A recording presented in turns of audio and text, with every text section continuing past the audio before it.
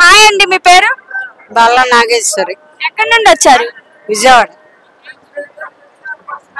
అంటే ఇది మూడో రోజు కదా దేవీ నవరాత్రుల సందర్భంగా ప్రభుత్వం అనేది ఏర్పాట్లు ఎలా చేసింది? చాలా బాగుందమ్మా, ప్రభుత్వం చాలా బాగా ఏర్పాటు చేస్తుంది. క్యూ లైన్ పద్ధతి అది కూడా బాగుంది. అమ్మవారి దర్శనానికి వెళ్ళడానికి కూడా బాగా ఉంది. అంటే రాకపోకలకు గానీ వాటర్ గానీ దేనికైనా ఇబ్బంది పడ్డారా? ఏమీ ఇబ్బంది లేదు. ఆహారం అది కూడా బాగానే ఉంది. వాటర్ అది అక్కడికక్కడ సప్లై అది కూడా చాలా బాగుంది. మరి మెయింటెనెన్స్ ఎలా అనిపించింది? మెయింటెనెన్స్ కూడా బాగుంది, చాలా నీట్గా ఉంది. గతంలో వచ్చారా మీరు? గతంలో వచ్చాము. మరి గతానికి ఇప్పటికి మీకు ఏమైనా తేడా అనిపించిందా? అంటే కొంచెం ఉంటుంది కదా. దర్శనం కంప్లీట్ అయిందా? అయిపోయింది. ఎంతసేపట్లో కంప్లీట్ అయింది?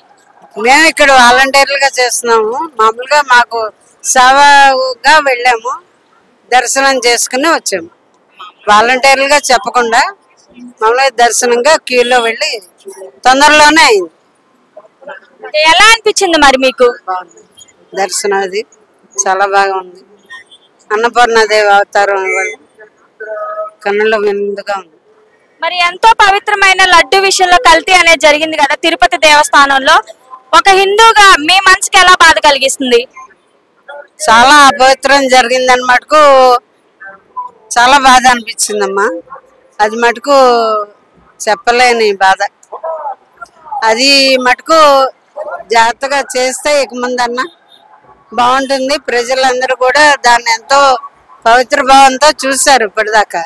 ఈ కల్తీ జరిగిందన్న విషయంలో మటుకు అట్లా ఇక ముందు ఉండకూడదు. ఈ ప్రభుత్వం మంచిగా ఉంటుందన్న ఉద్దేశంతో బాగుండాలని కోరుకుంటున్నాం. మరి ఇలా అపవిత్రత జరిగిందని చెప్పి పవన్ కళ్యాణ్ గారు దీక్ష అనేది చేశారు కదా, మీకు ఎలా అనిపిస్తుంది?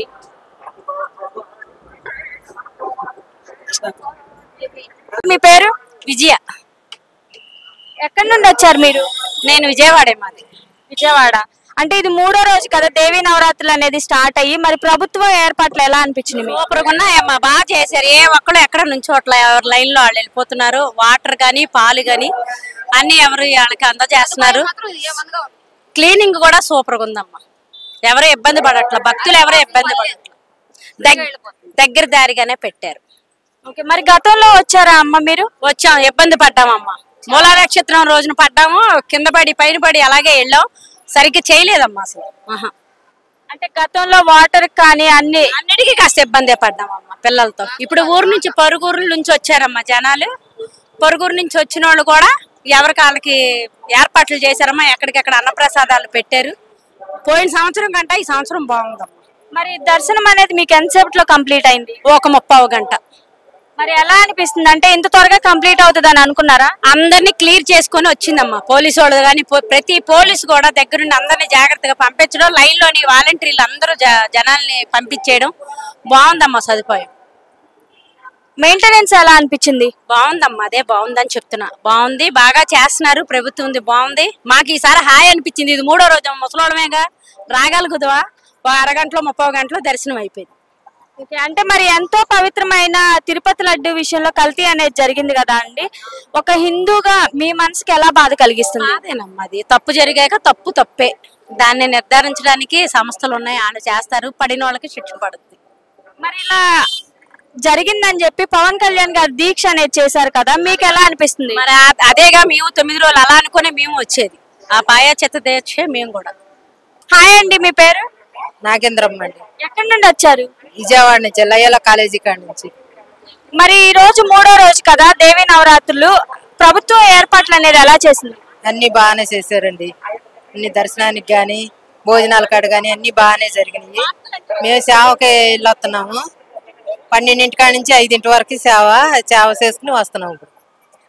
అంటే దర్శనం చేసుకున్నారా? దర్శనం వెళ్తాగానే దర్శనం చేసుకున్నాం ఫస్ట్. తర్వాత ఇక సేవ భోజనాలు వడ్డించే కాడ ఉండి సేవ చేసి వస్తున్నాం. వాటర్ కానివ్వండి, రాకపోకలకి ఎటువంటి ఇబ్బంది లేదు? ఇబ్బంది లేదు, అన్ని బాగా చేశారు. మరి గతంలో వచ్చారా మీరు? ఇక్కడే మాది విజయవాడేనండి. మరి ఇప్పటికి గతానికి మీకేమైనా తేడా అనిపించిందా? తేడా అంటే ఏం లేదు. పోయిన సంవత్సరం అంతకుముందు సంవత్సరం కూడా ఇలాగే ఉంది, ఇప్పుడు అలాగే ఉంది.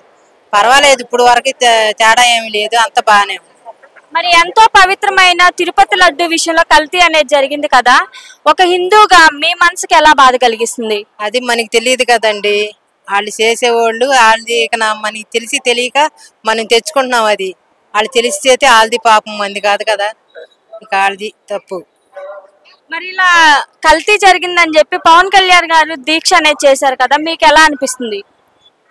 అది అంతా జనం ప్రజల కోసం చేస్తున్నారు కాబట్టి అంత మంచి జరగాలని కోరుకుంటున్నాం మేము కూడా.